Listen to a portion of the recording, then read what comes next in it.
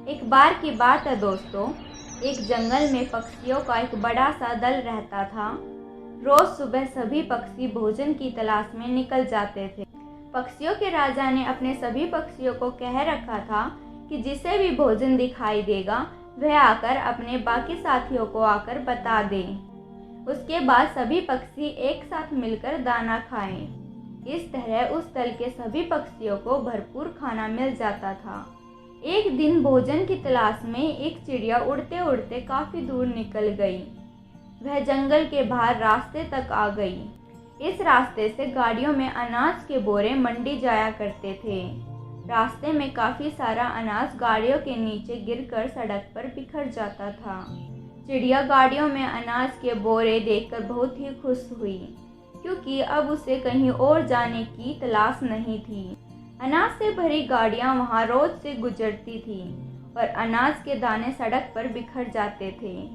इस तरह चिड़िया के मन में लालच आ गया और उसने सोचा कि इस जगह के बारे में वह किसी को नहीं बताएगी और रोज इस जगह पर आकर वह अपना पेट भर लेगी।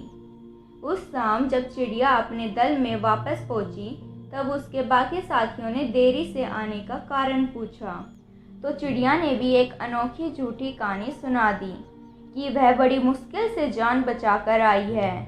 उस रास्ते से तो इतनी गाड़ियां गुजरती है कि रास्ता पार करना ही बहुत मुश्किल है।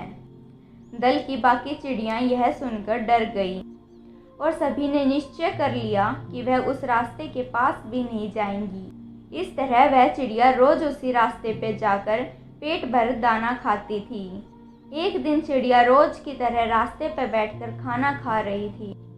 वह खाना खाने में इतनी मगन थी कि उसे उसकी तरफ आती हुई गाड़ी की आहट भी नहीं सुनाई दे रही थी।